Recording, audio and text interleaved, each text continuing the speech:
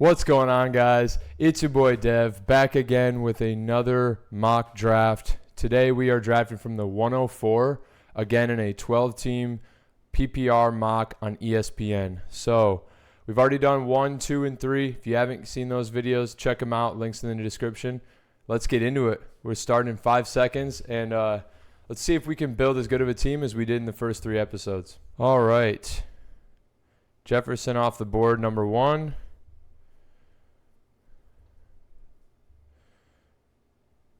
Christian McCaffrey, Eckler. All right. And our guy falls to we've taken him we took him in the 102 draft. He was there at 103. We took Kelsey instead. And this draft, I'm going to go with somebody who I think falls because of injury, and Cooper Kupp.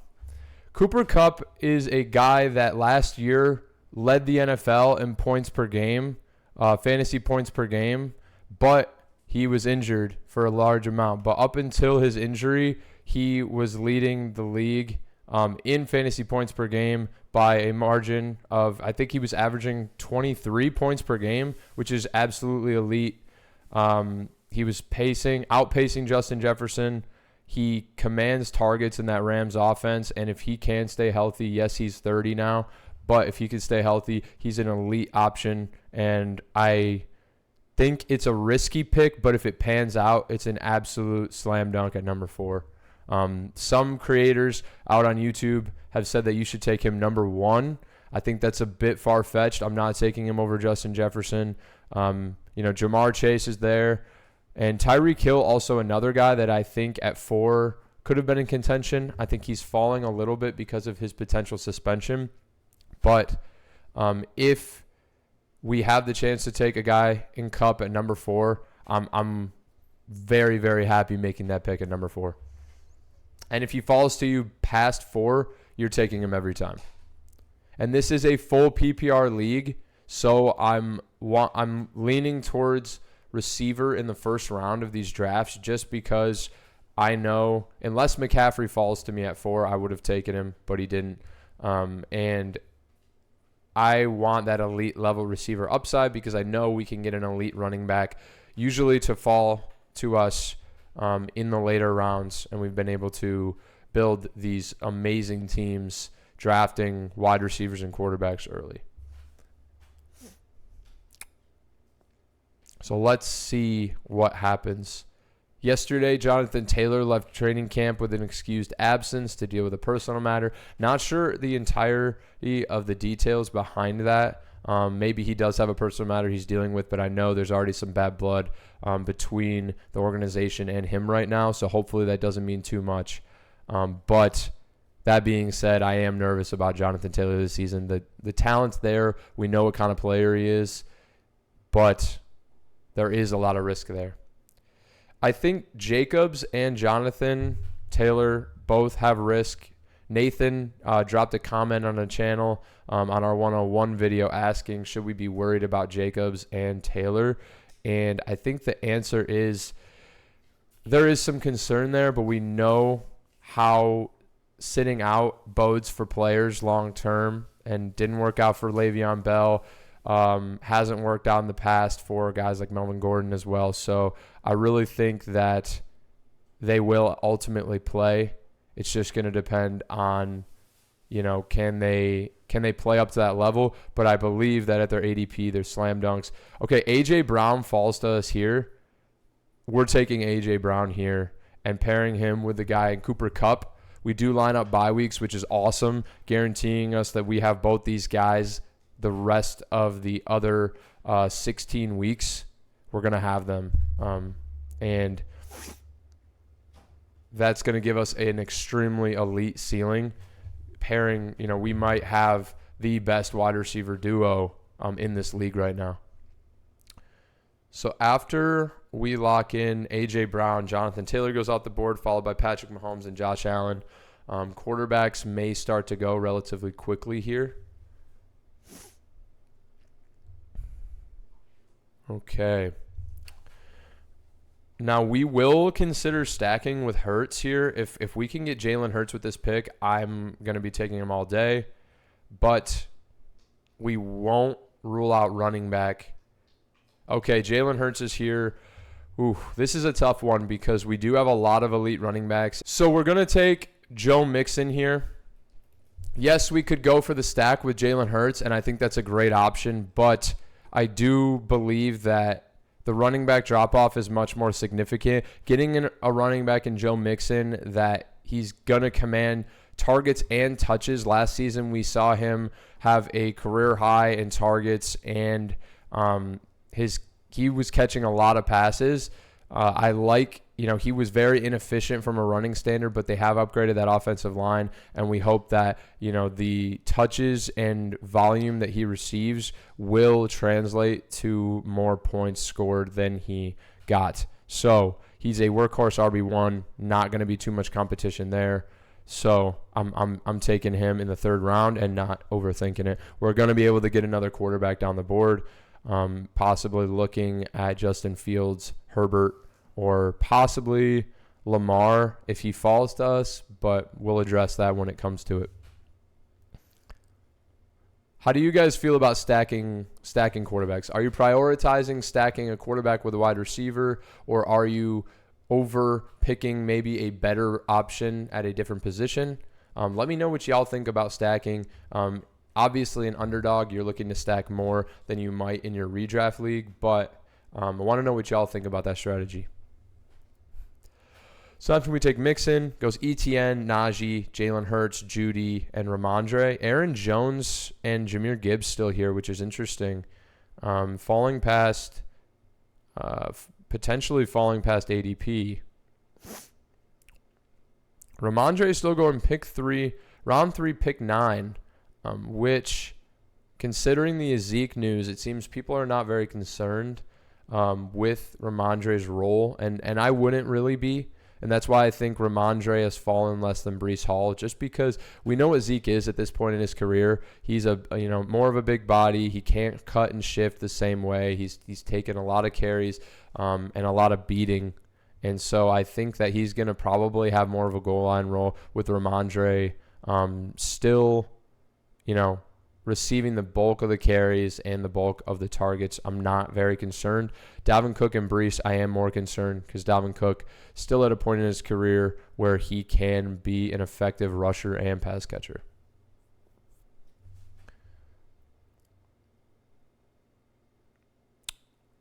Okay. And right as I say it, Aaron Jones, Jahmyr Gibbs, Alvin Kamara. Now we see the running back situation, and I'm actually really, really glad we took Mixon, because I think if we had passed and gone Hurts, yes, we get that elite level quarterback, but I think our running back situation would have been much worse.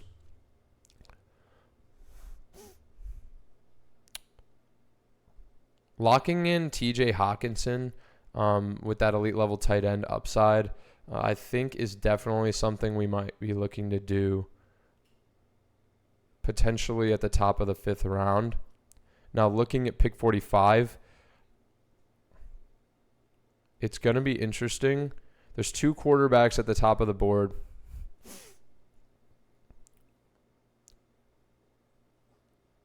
Now, we'll see what Team Monroe and Team Ballard do here. But Rachaad White, Miles Sanders, James Conner, 3 running backs. We could go wide receiver, then get a good combo of running backs and kind of build out the pieces around there. Potentially locking in a tight end later in a Kyle Pitts, a Dallas Goedert, even an Evan Ingram, David Njoku, which we have done in other drafts prior. Okay, so Joe Burrow's here. Joe Burrow is here. Lamar goes. Dalvin Cook is gone. So we're either considering Joe Burrow, Rachaad White, Christian Watson, or James Conner. Maybe TJ. We're going to take Burrow. Okay. We auto-drafted. But that's okay. We're going to potentially see maybe TJ will fall to us. I was looking at picking up a quarterback anyways, and I believe that because of our current stock, We could have reached on Fields later, but I don't think we would have got him. So Joe Burrow, kind of completing that stack with Joe Mixon. We're taking a good amount of pieces in that Bengals offense. I am happy with the pick. So far, we're stacking bye weeks, which again is something I really like to do. And now potentially we have a top 5 QB, top 5 running back, and 2 top 10 wide receivers. We are looking good. And now we get to the point where wide receiver, we've got our pick of the litter here. I think we have a lot of good options. And we're going to take DeAndre Hopkins. I think Hopkins, people are worried about him going to a Tennessee team that, historically has not been able to support a top fantasy receiver. We've seen Corey Davis, Treylon Burks last year showed flashes. He just sprained his LCL in practice this week. So we'll keep an eye on that, but he should miss some time here. I think DeAndre Hopkins still has elite upside and has been showing throughout his career that he can be the guy no matter who's at quarterback. So I'm going to take a flyer on him in our flex, and if he pans out, which he will be the wide receiver 1 there, that will be a smash pick with him in our flex. Other players I was considering, I'm not super high on Deontay Johnson. I know he commands targets. Chris Godwin is a target hog as well. Last year, top 10 in targets and receptions. But I am worried about Baker there, and I don't know how consistent that passing offense is going to be. Mike Evans, I think, is super undervalued. He will be a big body and command targets as well. But I'm a little bit wary about that Tampa Bay offense versus, taking a player in DeAndre that I think will have opportunity just because of the dominance of Derrick Henry out of the backfield. So Justin Fields goes here. We could have potentially reached, but we would have had to reach significantly. I'm happy with Burrow. And then goes Justin Herbert, Darren Waller. So we're hoping here that Drake London or George Kittle make it back around to us. And we're going to be up here in 7 picks here. So hoping that one of those guys falls to us. And if anyone in those top 3 fall to us, I will gladly take them. Breece Hall going round 6, pick 3. So Breece Hall has fallen. It's interesting. Breece Hall has fallen 3 full rounds farther than Ramondre. So I think people are much higher on Dalvin Cook than Zeke, and rightfully so. I still think Breece will have a relevant role in this offense. He's too talented to not. But how they split that time will be interesting. I think Breece at RB2 is fine.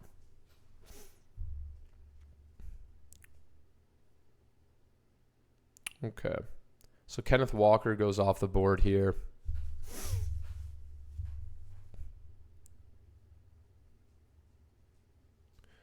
All right. George Kittle goes, then Cam Akers. Yep, we kind of knew that was coming. So we're looking at Kyle Pitts or Dallas Goedert. We're going to have to lock in one of these guys. Marquise Brown is plummeting, and if he's here, yes, we need a tight end. But it's going to be hard to pass up on Marquise Brown. And we are going with a hero RB build here, as you can see. Joe Burrow, Mixon. Okay. Marquise Brown falls to us. Guys, in the back end of the 6th round, we're taking him. Last year, he showed he can command targets. How long will Kyler be out? We're not sure about that at this point, but considering that he will essentially be the wide receiver 1 in that offense, having him as our wide receiver 4 is something I feel pretty good about. All right. So Pitts and Goddard both go. So we did sacrifice taking that high upside tight end. So now we are going to be looking at Freiermuth, Ingram, and Njoku. If we fall below that, then we're going to be looking probably for Greg Dulcich. But that's okay. You know, sometimes you pass on the tight end to lock in that, you know, a stud depth. The worst thing is not having enough depth at positions. Banking on a mid-round tight end and it doesn't work out, then you're screwed both ways. Christian Kirk, a great option here, but we already have 4 wide receivers, so we're going to take David Montgomery. Definitely a little bit of a reach, but not in my book. I think Montgomery has all the pieces to be an upgraded version of what we saw in Jamal Williams last year, scoring all those touchdowns. Montgomery, much more shifty, much better at catching passes. I think although Jahmyr Gibbs is an elite athlete and will be very involved in the passing game, I think Montgomery will dominate the ground carries and kind of lock down that goal line role.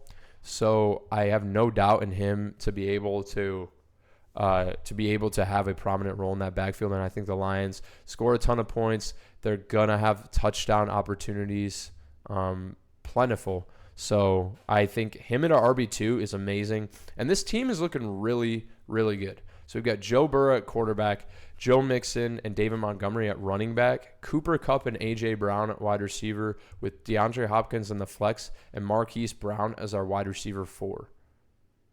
Yeah, this is a really good team, and I want y'all got to let me know how do you feel about the base starters of this team versus the 101, 102, and 103. Let me know which team was better. I think that this team can definitely compete with any of those teams that we drafted. I think when you start out Cooper Kupp and A.J. Brown, it's hard to beat that combo right there. Okay. So we see tight ends go off the board. Pat Freiermuth, Evan Ingram, both back-to-back picks in round 7. Michael Thomas, Michael Pittman. So we're going to be looking to grab, and Njoku goes far ahead of ADP. Oh my gosh. So Njoku going round 7, pick 11. That is the earliest I've seen it. So people in this draft prioritizing tight end clearly. We're going to have a lot of good opportunity to draft some of these guys with confidence at depth positions, but tight end may be a point of weakness for this team. As you see Cole Kmet, somebody they just signed to an extension. I wouldn't be upset taking him. Greg Dulcich, a good option. Higbee, but we already have Kupp. I don't think I'm really buying too heavy into that Bears offense. Gerald Everett, somebody I'd consider at the back end. He was really, really good in the beginning of the year. Khalil Herbert moving up draft boards is interesting. I think, he had some flashes in the beginning of preseason. I really think that people are starting to come around to that he could be the guy in Chicago. Okay, Javonte Williams, Gabe Davis, JSN. We have drafted JSN in, I believe, every draft so far, so he does not fall to us. Khalil Herbert here is tempting. Brandon Cooks, Cortland Sutton. I'm not big on Sutton this year. Do we go wide receiver depth? We've already got 4. I think the wide receivers right here are just better. I'm going to go Jahan Dotson. Not somebody we've taken in a draft yet, but somebody that I have spoken about in the drafts, and I think that he showed tremendous flashes when healthy last year, and I think playing a full season, he can be a dominant number 2 in that Washington offense. We'll see if Sam Howell can support that offense at quarterback, but Terry McLaurin at 1, he's going to demand the cover corner at every team, and so Dotson should, with his athletic upside, be able to score some points for sure. And then we get back here. Daniel Jones, Jacoby Myers, Sky Moore, Jordan Addison, somebody I'm interested in. A.J. Dillon at running back 3. We're definitely going to be taking some depth guys. Don't want to do that. And we're gonna lock in Cole Kmet at tight end. I think with Kmet, he showed a good relationship with Justin Fields last year, and I think that they're only going to build on that. They did sign him to an extension. They think that he can be the guy and provide some pass catching ability from a position of that primarily as a blocker, unless you're Travis Kelce. So we will see how that pans out. Not usually, I think he does have, he could be a top 8 tight end for sure. And that's what we're hoping by taking him. But if we do end up having to stream somebody, that's okay, because I do think the rest of our team has dominant playmakers at every position. We'll be comfortable doing that.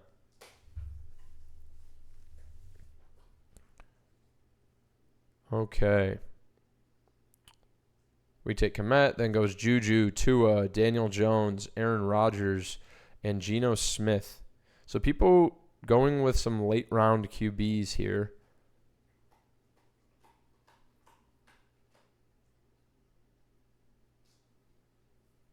Now, who do we have left at running back? Late round targets for running back.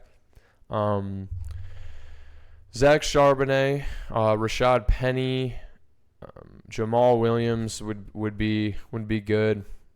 I think that he will be having a prominent role.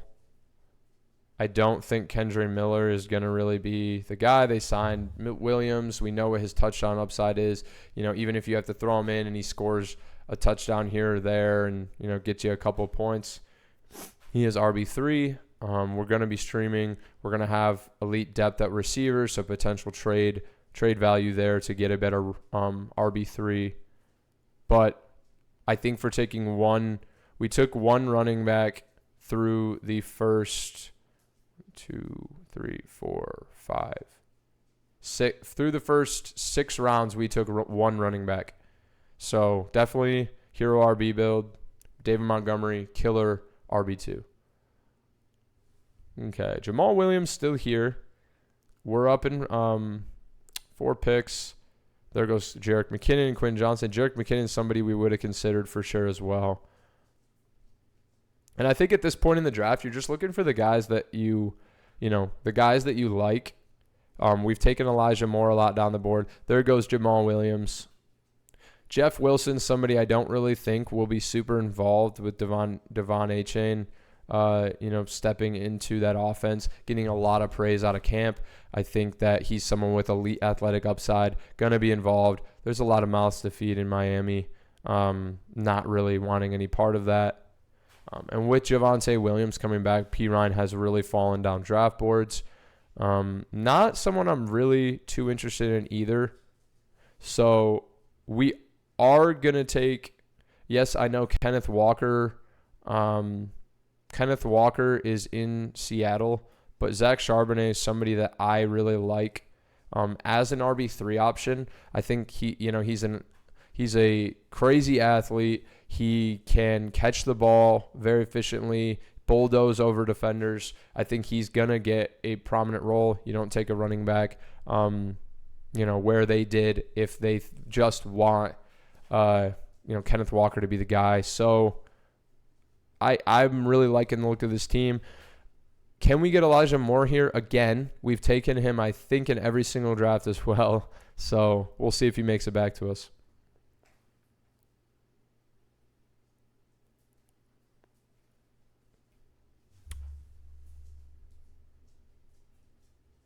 Rashad Penny, someone I would also be interested in doubling up on running backs here.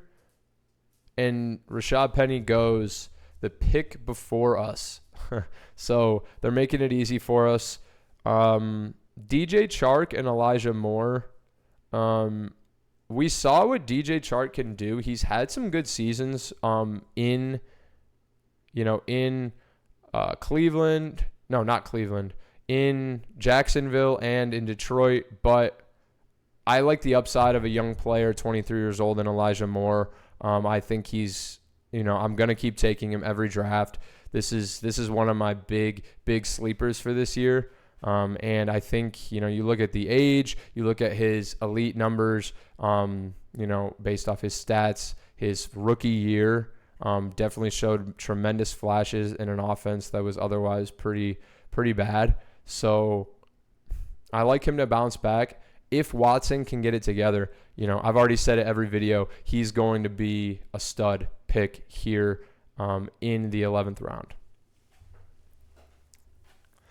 DJ Chark, somebody that I think could definitely make moves. I think that him and Thielen, DJ Chark is the wide receiver 1 in Carolina. I just am wary of offenses with rookie quarterbacks sometimes. But, where the receiver can be, there were games where Chark would disappear for Detroit last year. So just somebody I am a bit more worried about than Elijah Moore. When we see a receiver on a team that has a veteran quarterback, we just got to see the veteran quarterback get back to his roots. So we've got 3 bench spots left, potentially a backup QB, and then we took the late round tight end, so potentially locking in another tight end. Now we've got 3 running backs and 6 wide receivers. We are definitely looking for another running back possibly as well, because I don't think there's many options left.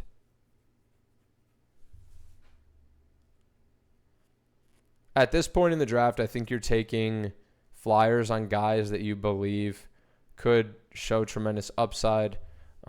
So, we can reach on guys that we think, could break out at some point, kind of hang on to them. So not going off, rankings or anything like that. Like, who would I rather have? Would I rather have Devin Singletary, who essentially is playing with Dameon Pierce, who's going to dominate the backfield there, potentially get in on some pass plays? Or would I rather take, Gus Edwards, maybe a Jalen Warren, Zeke now in New England, maybe somebody we would consider, and then Tank Bigsby or Devon Achane, some guys down the board that I think are awesome, and if they make it to waivers, you kind of would wish you took them. And a lot of these late round guys are guys that we've taken consistently in every draft. So we are going to mix it up, and at this point, we're going to take guys that we believe have elite upside.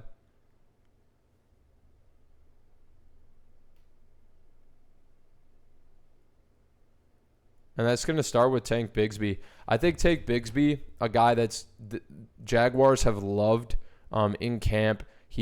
Was an amazing running back in college, can catch passes, which is an area that ETN did not thrive in last year. He cost me a game because he dropped a touchdown right out of the backfield, right through the mitts. So definitely think Bigsby can have a role there, and I'm fine with stashing him on my bench. And then if he ends up potentially being solidifying the third down role, or ETN goes down and he's the man, then he's gonna be a smash pick here in the 12th round. Okay, so we're up here again, pick 148. And there are some running backs left. Might take Devon Achane with our last pick. Any backup QBs we're interested in?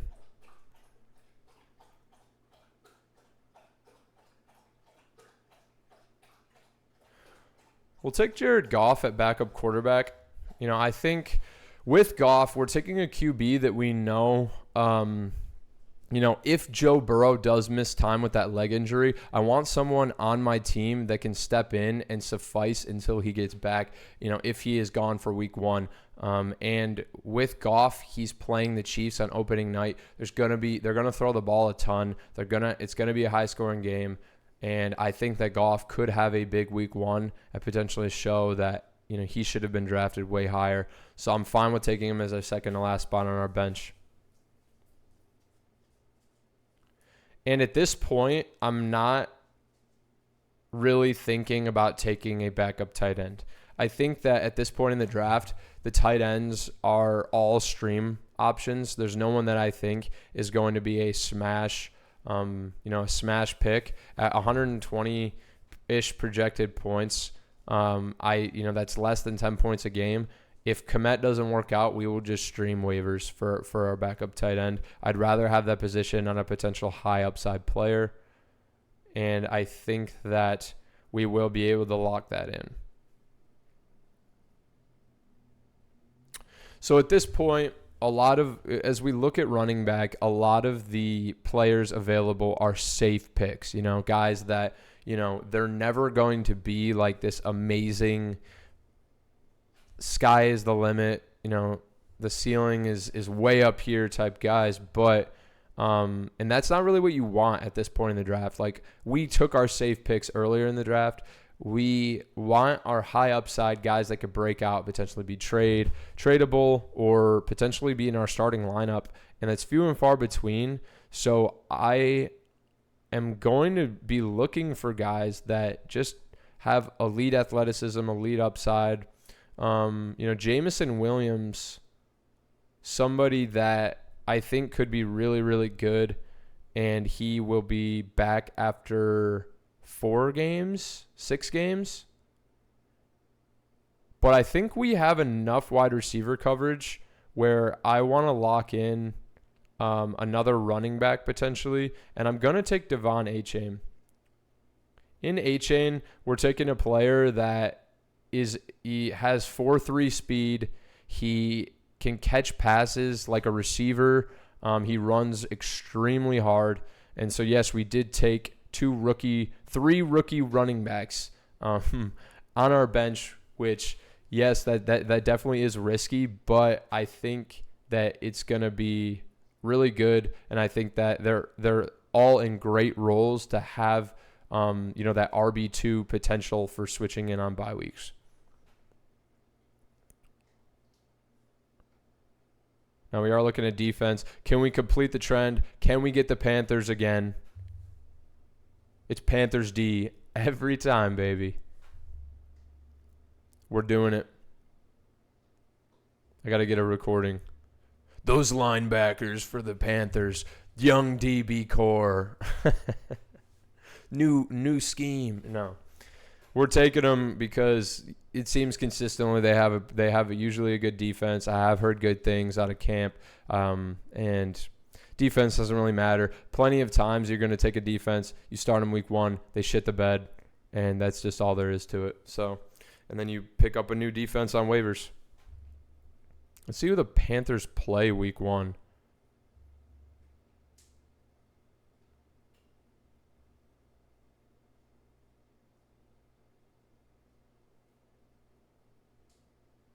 Okay.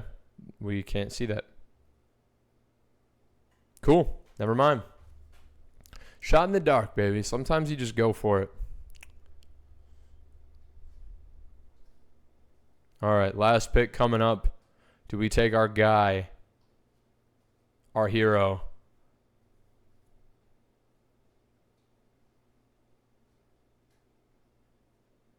I don't know how he's not getting drafted more. Riley Patterson. Our hero. All right, and that is going to be it for us. 2 picks left. All right, guys, and that is going to do it for the 104 draft. We took a pretty good team, I think, and, yeah, let me know what you think. At quarterback, we got Joe Burrow. Our running backs are Joe Mixon, David Montgomery. At wide receiver, we took Cooper Kupp and A.J. Brown. At tight end, we locked in Cole Kmet. Our flex is DeAndre Hopkins, and our bench consists of Marquise Brown, Jahan Dotson, Zach Charbonnet, Elijah Moore, Tank Bigsby, Jared Goff, and Devon Achane. And then our defense, Panthers D, Riley Patterson at kicker. So let me know how you think I did, and let me know in the comments if there's anything that you would have done differently. And I'll catch you guys in the next one. Peace.